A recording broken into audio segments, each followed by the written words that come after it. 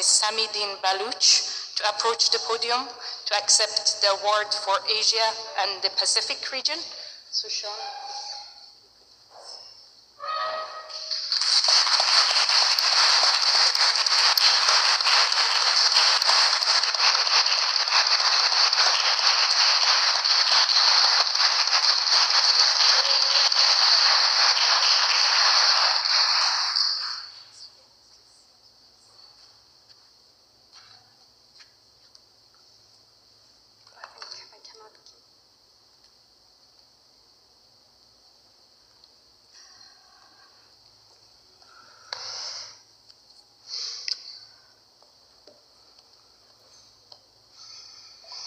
So, ladies first, huh?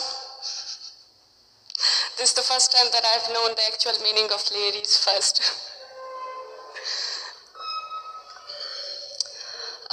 Assalamu alaikum, good morning, Vashad ke.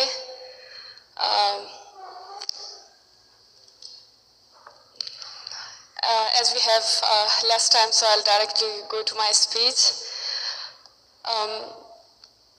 15 years ago, in a hospital room in Quetta, Balochistan, my world was forever altered. At the tender age of 10, recovering from surgery, I watched as my father left, summoned for his government duty in a remote town of Balochistan, promising to return in a couple of days. Little did we know, those would be the last words we heard from him. 2 days later, on June 28, 2009, Pakistani intelligence agencies forcibly disappeared him from his workplace residence. The shock and devastation that followed are incredibly etched into my memory. The frantic searches, the tearful pleas for answers, the haunting silence that engulfed our home. For the past 14 years, 11 months and 3 days, my family, my siblings, my mother and I have been left grappling with the agonizing uncertainty about my father's whereabouts. I don't know whether I am an orphan and my mother still wonders whether she calls herself a widow or still wait for her husband. Each passing day feels like an eternity as we swing between hope and despair, clinging to the fading embers of optimism that he will one day return. But as the years stretched on, the reality of our situation became painfully clear. Our once vibrant family was shattered, replaced by a relentless cycle of advocacy and activism.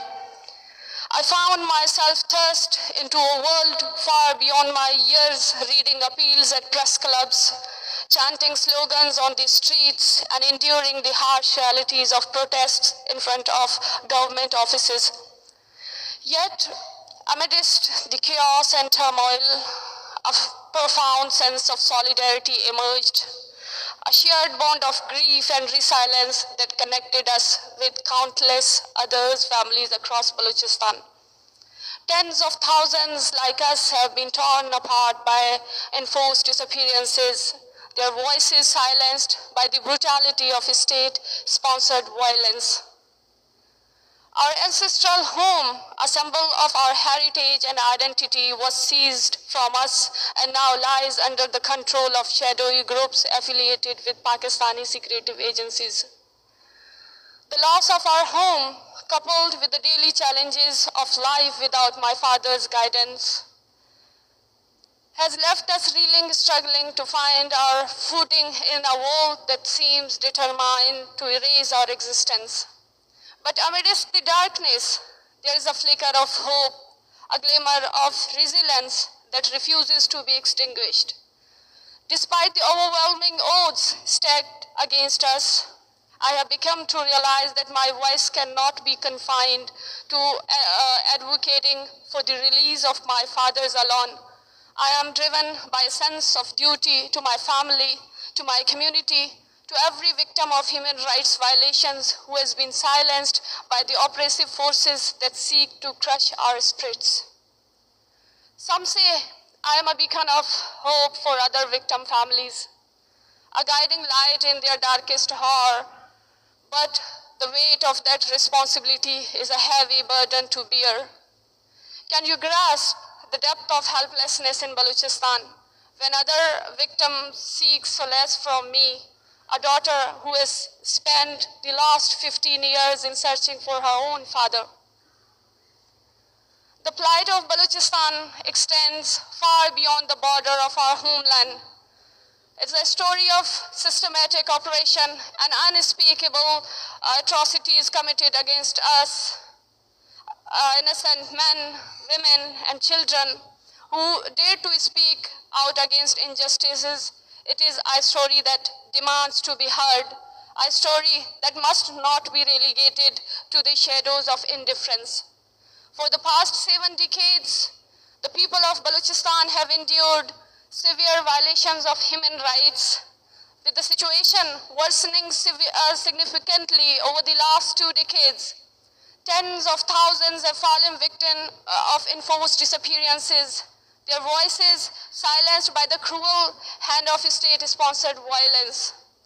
Several mass graves have been unearthed, bearing silence witness to the horrors that have been inflicted upon the people. The process of burying unidentified bodies in an abandoned graveyard continues unabated, a grim reminder to the countless lives lost to the brutality of enforced disappearances. Every time we receive the news of a dead body, the families of victims of enforced disappearances are plunged into an unbearable pain and anguish. It's a collective, re-traumatizing experience. For us, the mere through the body may belong to our missing loved ones is enough to send shivers down to our spines. Some bodies are identified, bringing a semblance of closure to grieving families, but for others, we left to bury them as unknown bodies, our living loved ones becoming the unknown in the sea of uncertainty. The absence of government measures to conduct DNA tests to ascertain their identity only adds to our torment. The most painful aspects is the bittersweet mix of emotions that accompanies such burials. While we mourn the loss of a loved one, there is also a sense of relief for the family that their agonizing wait for the closure has finally ended. The protests, the tireless advocacy for justice, all of it becomes to halt, replaced by the solemnity of laying a soul to rest. In these moments, I can't help but wonder what we have become, what we have been reduced to celebrating the end of someone else's suffering. Even as our own anguish continues to gnaw our souls. A haunting question, right? One that speaks volumes about depths of our collective pain and the resilience that sustains us in the face of unimaginable loss. But amidst the darkness, there is a glimmer of hope, a ray of light that pierces through the shadows of despair. It is the hope that one day justice will prevail, that the perpetrators of our heinous crimes will be held accountable for their actions. And it is a hope that I carry every day as I continue to fight for the truth and justice. And not for my father, but for every victim of human rights violations in Balochistan and other regions of Pakistan. But our struggle is not just against the forces operation within our borders. It is also a battle against the deafening silence of the international community, a silence that speaks volumes about the complicity of those who turn a blind eye into the suffering of others. Despite our tireless efforts to seek justice within Pakistan, we have been met with a wall of indifference, a system that is rugged against us, designed to protect the perpetrators rather than the victims. We have exhausted every venue available to us, from the courts to special committees, from government officials to the political parties, and yet our plea for justice have fallen on deaf ears, followed by racist, sexist, and dehumanizing remarks aimed at silencing our voices. But despite the threats, the intimidation, and the near daily reminders of the risks we face, we refuse to be silent. Our voices will not be silenced by fear, by intimidation, by violence. We will continue to speak out against enforced disappearances, against every form of human rights violations, until every last trace of injustice is swept away. And so, I stand before you today, not just as a daughter searching for her own father, but as a voice of the voiceless. I implore you to join me in this fight for justice, for truth, for fundamental rights for every human being who has been silenced by the oppressive forces of tyranny. Together, we can shine a light into the darkest corners of Balochistan, exposing the truth for all the world to see. Together, we can hold the perpetrators of these, hold accountable the perpetrators for their actions. And together, we can build a future where justice, truth, and human rights prevail for the people of Balochistan and for all the humanity. At last, from this platform, I have a message to my disappeared Baba. My dear father, wherever you are, I want to tell you that for the last 15 years, I have relentlessly pursued your all disappeared persons for your safe recovery, never allowing myself to rest. The pain of your absence has driven me to become a voice for all victim families of enforced disappearances and their families. Through countless sleepless nights and tireless efforts, I have fought to bring justice and hope. Today, my resolve is unbreakable. I will not rest until the last disappeared person is released. I am very honored to receive the Frontline Defender Award for Human Rights Defenders at Risk. It has been a painful and hard journey. However, receiving this recognition makes me my resolve stronger.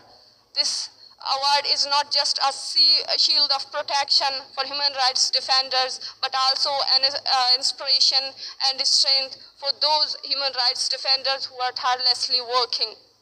And I will continue to raise my voice for the voiceless and dedicate this award to the resilient people of Balochistan and other human rights defenders. This award is a testament of their strength and determination, and together we will persist our fight for justice. I dedicate